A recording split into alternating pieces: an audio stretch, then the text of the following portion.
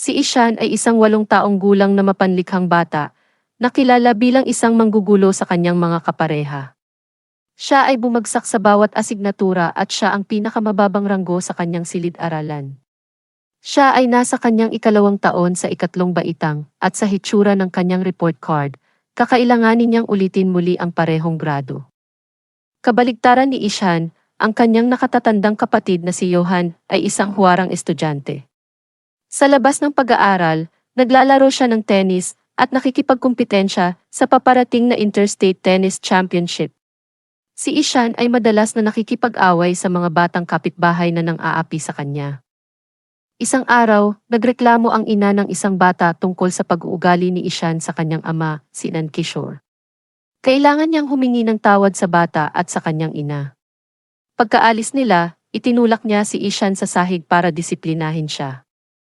Bagamat mahal ni Nan Kishore ang kanyang mga anak, masyado siyang malupit kay Ishan. Naniniwala siya na ang mababang marka at kawalan ng kakayahan ni Ishan sa mga pangunahing gawain ay dahil sa kanyang katamaran. Kinabukasan sa paaralan, hiniling ng guro ni Ishan sa Ingles na magbasa ng isang linya mula sa isang libro. Sinusubukan niya ang kanyang makakaya, ngunit halos hindi makabuo ng isang salita. Nahihirapan siyang unawain ang mga letra, ngunit napagkamalan ng mga guro na siya ay isang brat. Kapag paulit-ulit niyang hinihimok siyang magbasa, sumisigaw siya ng walang kwenta at pinalabas ng klase. Hindi na bagong bagay para kay Ishan ang parusahan. Sa katunayan, mas madalas niyang ginugugol ang kanyang oras sa labas, kaysa sa pag-aaral, dahil ang tingin sa kanya ng mga guro ay panggulo sa ibang mga estudyante. Noong araw na iyon, hindi nagawa ni Ishan ang kanyang takdang aralin sa matematika. Upang maiwasang harapin ang guro sa matematika, tumakas siya sa paaralan at dinugugol ang buong araw na paggalagala sa paligid. Ini-enjoy niya ang buong araw, bumibili ng ice cream, gumugol ng oras sa tabi ng dagat, at sinusuri ang mga dumadaan. Sa pagtatapos ng araw, bumalik siya sa kanyang bus ng paaralan nang walang nakakapansin sa kanyang pagliban. Sa bahay, nakikita namin siyang gumagawa ng isang magandang pagpipinta. Si Ishan ay mahilig magpinta, at ang kanyang mapanlikhang isip ay nakakatulong sa dahilan na nagreresulta sa mga over-the-top na piraso. Nang maglaon, sinubukan siya ng kanyang ina na si Maya na turuan at gawin ang kanyang takdang aralin. Napansin niya na ang kanyang sulat kamay ay kakilakilabot at halos hindi siya makapag-spell ng kahit ano ng tama. Iniugnay niya ang kanyang kawalan ng kakayahan sa katamaran at pinapagalitan siya tulad ng iba. Kinabukasan, kailangang bigyan ni Ishan ang kanyang guro ng absent note mula sa kanyang mga magulang. Sa takot na magkaroon ng problema, nakiusap siya sa kanyang kapatid na isulat ang tala para sa kanya. Nangako sa kanya si Johan na hinding-hindi na siya lilaktaw sa pag-aaral at isusulat ang tala. Ipinakita ito ng bata sa kanyang guro na hindi nagdududa sa pagiging tunay nito. Nagpapanggap din siyang umuubo para ipamukha sa kanya na may sakit talaga siya. Sa araw na iyon, sorpresa ng guro sa matematika ang mga bata sa isang pagsusulit. Inabot kay Ishan ang test paper, pero para sa kanya, parang sumasayaw ang mga letra. Ang unang tanong ay nagtanong sa kanya ng multiplikasyon ng 3 sa 9. Sa kanyang isip, naiisip ng bata ang ika-3 planetang Earth at ang ika-9 na planetang Pluto na naglalaban sa isa't isa. Siya ay nagpapantasya tungkol sa Earth na sumisira sa Pluto, at nangatuwiran na ang sagot ay 3. Iniiwan ang natitirang mga tanong na blanko, isinumiti niya ang pagsusulit. Nang tanungin ng kanyang mga kaibigan, kumpiyansa niyang sinabi na nasiyahan siya ng lubusan sa pagsubok. Kinabukasan, bumalik si Nan Kishore mula sa isang business trip. Labis ang kagalakan ni Ishan sa pagbabalik ng kanyang ama at niyakap ito ng buong buo. Gayunpaman, habang nag-almusal, nahanap ni Nan Kishore ang peking absent note noong nakaraang araw. Sa pagsisiyasat, nalaman niya ang tungkol sa pagtakas ni Ishan sa paaralan at paggalagala sa mga lansangan. Kinabukasan, pinuntahan ng mga magulang ang kanyang mga guro at ang prinsipal na kinondena ang kanyang pag-ugali sa klase. Nalaman din nila ang tungkol sa kamakailang pagsusulit sa matematika at ang mga resulta nito. Ipinapalagay ng punong guro na si Ishan ay isang espesyal na bata na kailangang ipadala sa paaralan para sa mga batang may kapansanan. Si Nan Kishore ay natakot sa pag-iisip na ang kanyang anak ay may kapansanan. Parehong nag-aalala ang mga magulang sa kinabukasan ng kanilang anak, kaya nagpasya silang ipadala siya sa isang boarding school. Si Ishan ay ganap na laban sa ideya.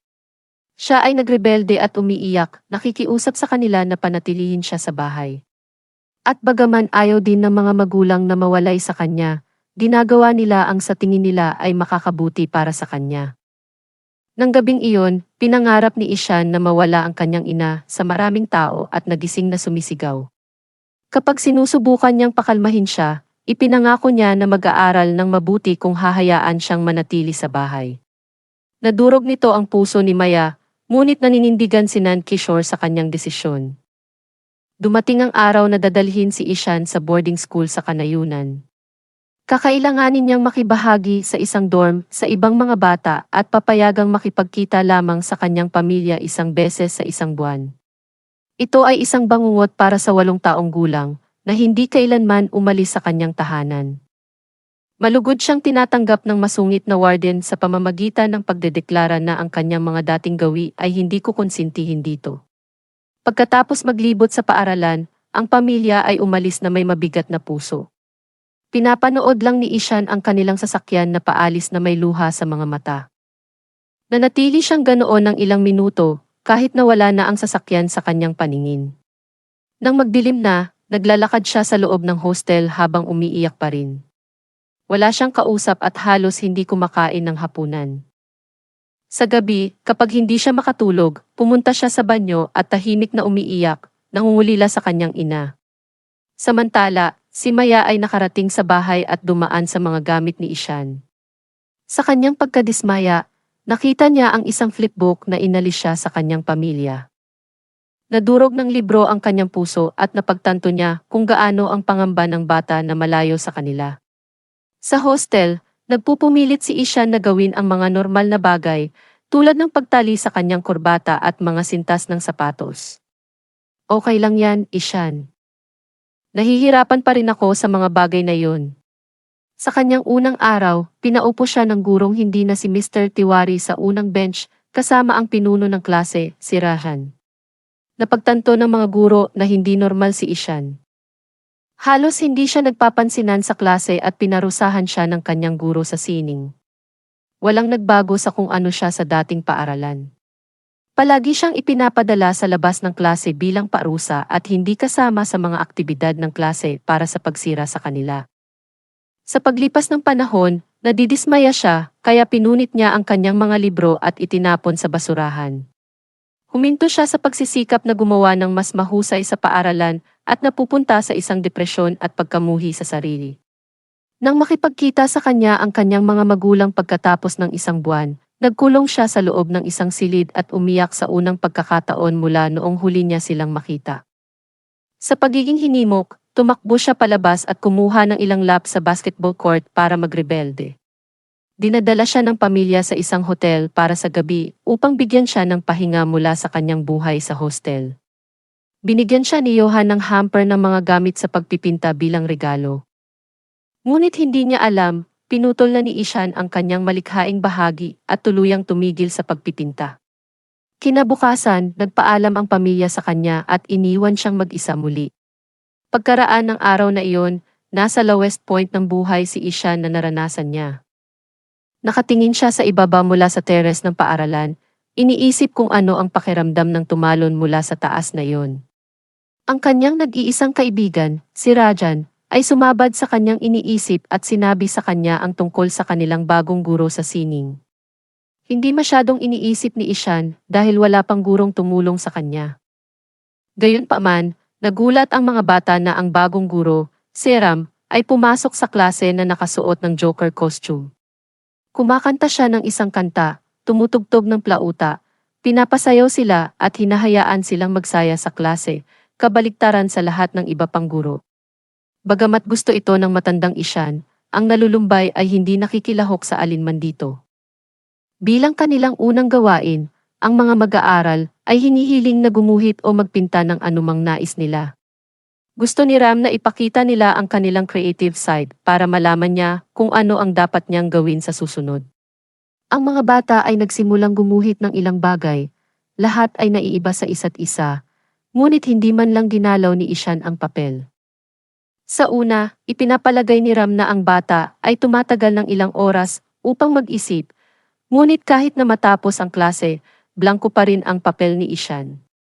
Nag-aalala, tinanong siya ni Ram kung ano ang mali, ngunit hindi nakatanggap ng tugon. Nang gabing iyon, tumatawag si Maya para kausapin si Ishan, ngunit nakahawak lang sa tenga ang telepono at hindi nagsasalita. Ipinaalam sa kanya na kailangan nilang ipagpaliban ang susunod na pagbisita ng 1 linggo dahil sa kompetisyon sa tennis ni Johan. Para kay Ishan, ito ay nagpapatunay lamang na ang kanyang pamilya ay walang pakialam sa kanya. Pinunasan niya ang isang luha at umalis nang walang sinasabi. Kinabukasan, nakita ni Ram si Ishan na nakaluhod sa labas ng classroom. Naintriga sa kanyang pag-uugali, tinanong niya si Rajan tungkol sa kanya. Ibinunyag ni Rajan na nahihirapan si Ishan sa pag-unawa ng mga titik, gaano man siya kahirap. Nagtuturo si Ram sa isang paaralan para sa mga batang may kapansanan, kaya may pagtingin siya sa mga batang espesyal. Upang malaman ang higit pa tungkol kay Ishan, binasa niya ang kanyang mga lumang notebook at nakahanap ng pattern ng mga katulad na pagkakamali. Kahit na habang nagtuturo sa mga espesyal na bata, hindi niya maalis sa isip niya si Ishan. Nagkaroon din siya ng parehong problema sa kanyang pagkabata, kaya nakikiramay siya sa bata. Pagkaraan ng ilang linggo, nakilala niya kung ano ang aktwal na problema ni Ishan at naglakbay sa kanyang bayan upang makilala ang kanyang mga magulang. Tinanggap nila siya at hinayaan siyang tingnan ang kwarto ni Ishan.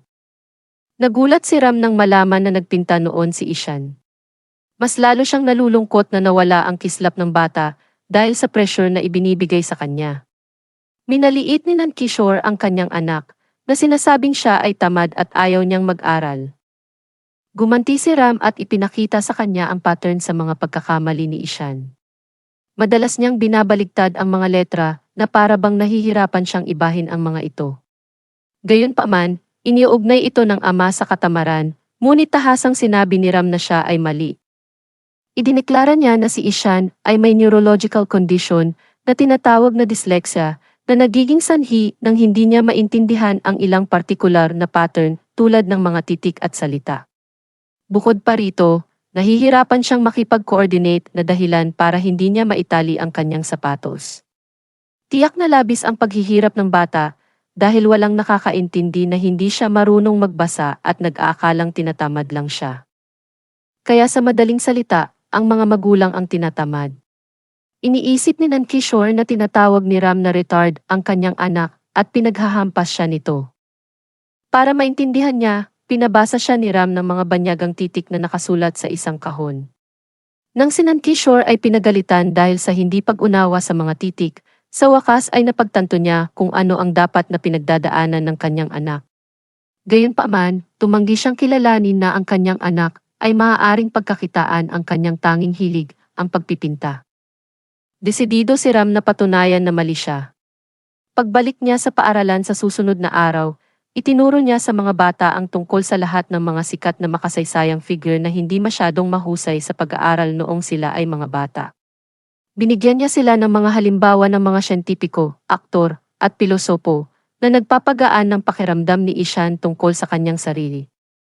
Nang tanungin sila ni Ram kung sino ang nag-imbento ng bombilya, nagsalita si Ishan sa unang pagkakataon sa mga linggo at sumagot, si Thomas Edison.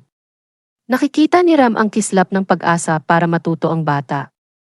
Nang maglaon sa araw na iyon, nasa tabi ng lawa si Ishan nang gumamit siya ng mga goma at umalis upang gumawa ng isang gumaganang bangka.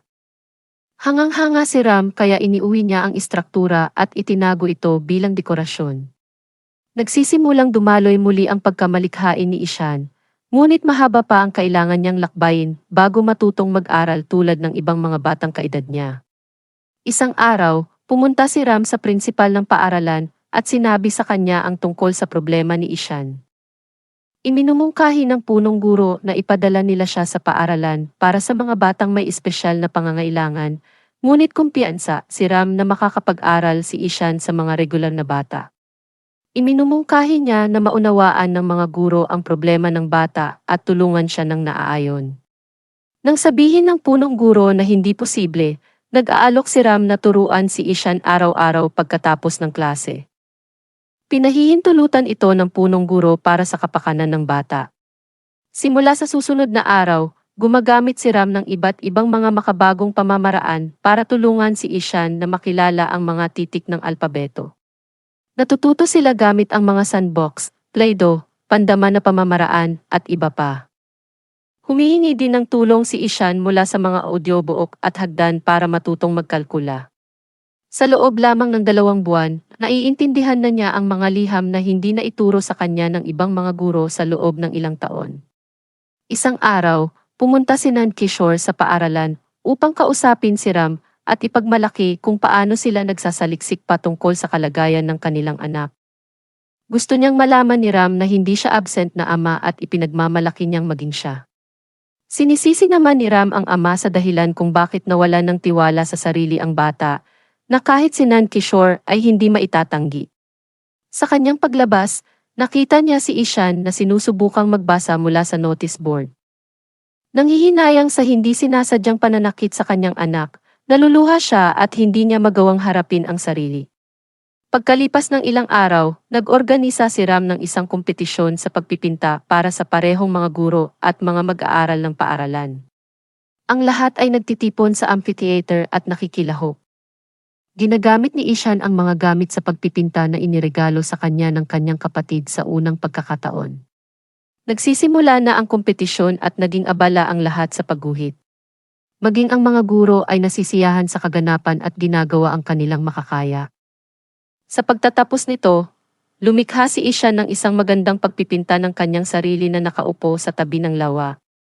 Pumunta siya sa harapan upang isumite ang pagpipinta at nakitang nagpinta si Ram ng larawan niya. Naiwan siyang tulala sa nakikita. Makalipas ang ilang sandali, inihayag na ang nanalong pagpipinta ay nasa harap ng bagong edisyon ng kanilang yearbook. Ipinahayag ng punong guro na mahirap ang desisyon dahil 2 painting ang higit na namumukod-tangi, ang kay Ram at Ishan. Sa huli, si Ishan ang idineklara na panalo, habang ang pangalawang gantimpala ay napupunta kay Ram. Nagsisigawan ang mga tao. Sa unang pagkakataon sa kanyang buhay, naramdaman ni Ishan na kinikilala siya sa kanyang talento. Hindi niya mapigilang umiyak at tumakbo sa kanyang guro para yakapin ito. Sa huling eksena, pumunta sina Maya at Nand Kishore sa paaralan para sa end-of-the-year parent-teacher meeting.